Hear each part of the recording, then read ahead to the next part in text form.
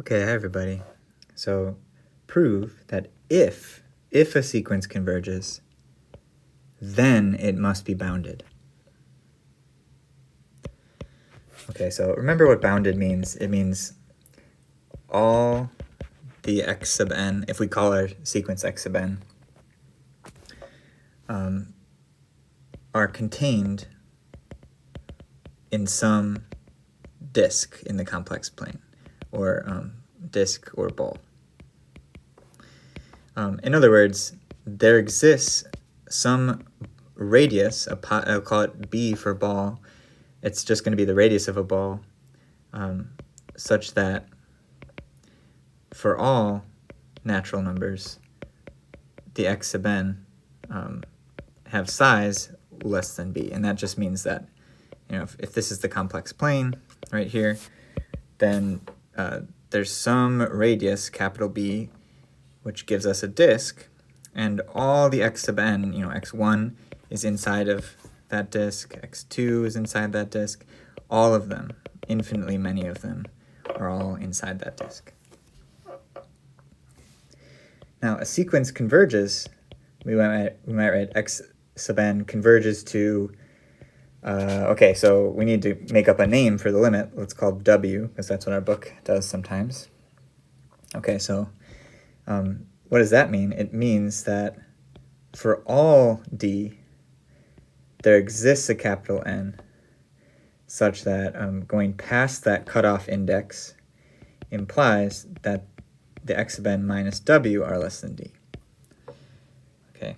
In particular, for any d we choose, we can choose it, and then immediately there's some capital N that puts it away. Okay, so now how do we do this proof? So to start a proof, you always just tell the reader what you're assuming and what you're proving and what it means. So proof. Dear reader, we assume the x sub n's go to w. In other words, we assume we have a convergent sequence. We have a convergent sequence, x sub n, whose limit, so now we're naming the sequence, whose limit is w, and so now we've named the limit. In other words, x sub n converges to w is what we assume. Okay. We need to show that x sub n is bounded. We don't assume this, we need to show it. We need to show it or prove it. This means we need to find a capital B. This means we need to find a capital B, a positive real number, such that all of the x sub n are contained in a ball of radius b. That's what these symbols mean. In our minds, we have this picture. And that should be true for all the elements of the sequence. Every single index, the x sub n should be in that ball. Okay, so now our reader knows what we're assuming and what we need to show. Now, how do we find this capital B? How are we going to do this? So in this situation, and in many situations in math, we need to draw pictures. Draw some pictures. Okay, so here's the complex plane. Maybe here's 1, maybe here's I, and maybe this is w. Okay? Now, if we have some sequence, maybe it starts at x1, then it goes to x2, then it goes to x3, and then it goes to x4, and who knows what it's doing. It could be doing anything, x5, 6, 7, 8, x9, x10, x11, x12. And then if it's going to limit to w, then actually there's sort of infinitely many in here, and I can't even draw them all. Okay, this is sort of one picture. Now let's draw another picture. Here's the complex plane. Maybe here's 1, maybe here's I, and maybe here's w again. And this time, maybe x1 is here, and x2 is here, x3, x4, x5, x6, and maybe then we don't really know how it's going to go to w, but x7, x8, x9, x10, x11, 12, 13, 14, 15, and then maybe they spiral in. Okay. In particular, right there is maybe x12. Okay. And so, can we fit these in a ball? You know, what should capital B be? What number is this? Well, in this picture over here, if we took a ball of radius the size of w, it would look like this, and that wouldn't work. See, x3 is outside the ball. But over here, if we took a ball of radius w, it sort of almost works, except then we remember that this one is outside the ball. If we took a ball of radius x1, that certainly wouldn't work over in this picture. In this picture, though, a ball of radius x1 almost works. In fact, in this picture, it looks like a ball of radius x3 would work, just from this picture that I happened to draw. All of them are contained in a ball of radius the size of x3. Okay, so it's not really clear which of these numbers should be capital B. And then when you get stuck at this point and you're not really sure what to do, go back to what you assumed. Dear reader, we are assuming this. We have to use this. It's got to be somehow involved in the proof. And what does it mean? So now I'll say x sub n goes to w means for all d, there exists a capital N such that going past that cutoff implies the x sub n minus w is less than d. We are free. You cannot stop us. Choose d equals 1. In fact, we could choose d equals any specific number, but now look at what this does to us. For us, I mean. Let's draw it in red. D equals 1. This is a ball of radius d around w. I can interpret this to mean that. And so here's w. Here's a ball of radius 1. And what I know is that there exists an n such that all of them are in there. And this gives me a handle on basically all the x sub n's. They're all inside of here, and now I know where they are, except for maybe a few that are sort of, that are before the cutoff, okay? Same in this picture, ball of radius 1 looks like this. And in this picture, there's infinitely many x sub n's inside of here, all the ones past the cutoff. Some cutoff, and it looks like maybe, maybe this point right here would be, what's this? This would be like x sub cutoff minus 1. It's right before the cutoff, because after the cutoff and on the cutoff, all of them are inside a ball of radius 1. So like this one, I guess, would be x sub capital N, the cutoff value, and then this one right here would be capital N plus 1, etc. And so now, actually, what we'll do is we see that, okay, so now let's look back at how far, here's the distance, the size of w, but then we're going to add 1 to it, okay? If we add 1 to it, now, that would be like to the edge of this disk would be the size of w plus 1. Over here, we take the size of w, but then we add 1 to it. It would put us to the edge of the disk. In this picture, that's actually going to work. In this picture, that won't work because maybe x sub 3 is outside of it, or maybe x sub 2 is also outside of it. But now here's what we're going to do. Set capital B equal to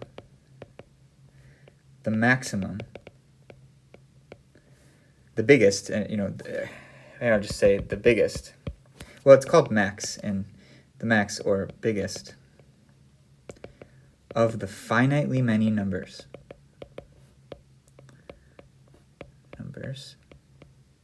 which numbers? Size of w plus 1, size of x1, size of x2, size of x3, etc., all the way to size of x capital N minus 1. So these ones are sort of outside the ball, like how we really needed to choose capital B to be the size of x3, and then we've put everything inside of a ball. And so these like finitely many that we didn't have control on, in other words, choosing d equals 1 gave us control of infinitely many, except for these finitely many that were outside of our control, and so that's why we need to look at these and also this one. Y plus 1, because we just happened to choose d equals 1. If we chose d equals 2, we would look at that. But basically any d equals 2, 1, 3, 0 0.5, 1/2, it gives us control over infinitely many of the x sub n's. And so we can put them inside some ball. And then just, whatever d we choose, there are finitely many that we need to also control. And so capital B equals the max of this set. Claim x sub n is less than capital B now for all the infinitely many indices. For all the infinitely many. And at this point we're basically done because it's pretty clear from the picture that we've got it. And so I guess the only thing we need to do is maybe apply the triangle inequality. So, okay, so why is this true? Why? Or proof of this claim. So for n in the set, 1, 2, 3, up to capital N minus 1, obviously, like, capital B was chosen to be the maximum of all these numbers. So, almost by definition of B, of capital B, these x sub n are less than B. So now we just need to deal with all, for n greater than and equal to capital N. Now we need to prove this.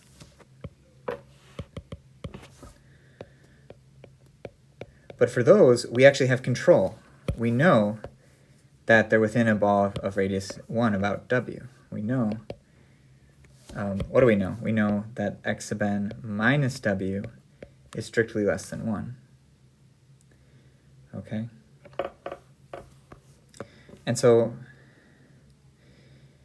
here's sort of the picture again. So here's w. Here's a radius 1 around w, and maybe here's x sub n. So where's our triangle? Our triangle is w.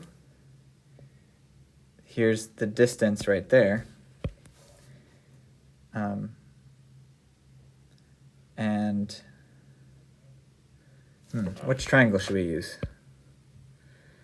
I guess here's this distance is the size of x sub n. This distance is the size of w. And then, I don't know, I just choose a different color. This distance is x sub n minus w.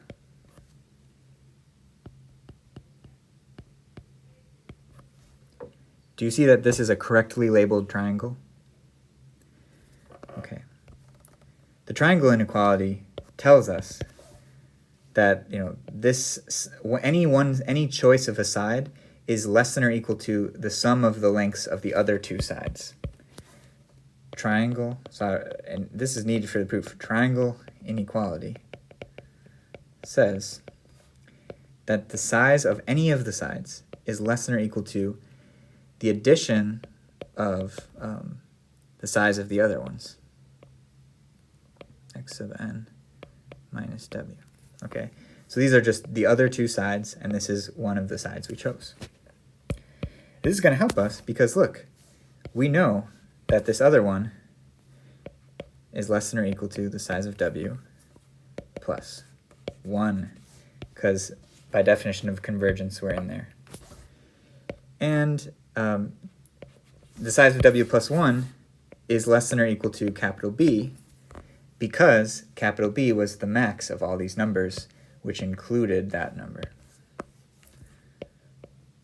by definition of B as max. And we're done. Thus, for all indices, x sub n less than b. And this means x sub n is a bounded sequence. And maybe there's my... Okay, this is a fun proof. And I think it's worth your time because this is going to come up in so many other proofs that have to do with the triangle inequality. And at first you don't know what to do, but if you find a triangle, you can get an inequality, and it's very nice. So take your time, work through this, and it's really a good problem to try it again yourself. Okay. Blank sheet of paper, see if you can do it.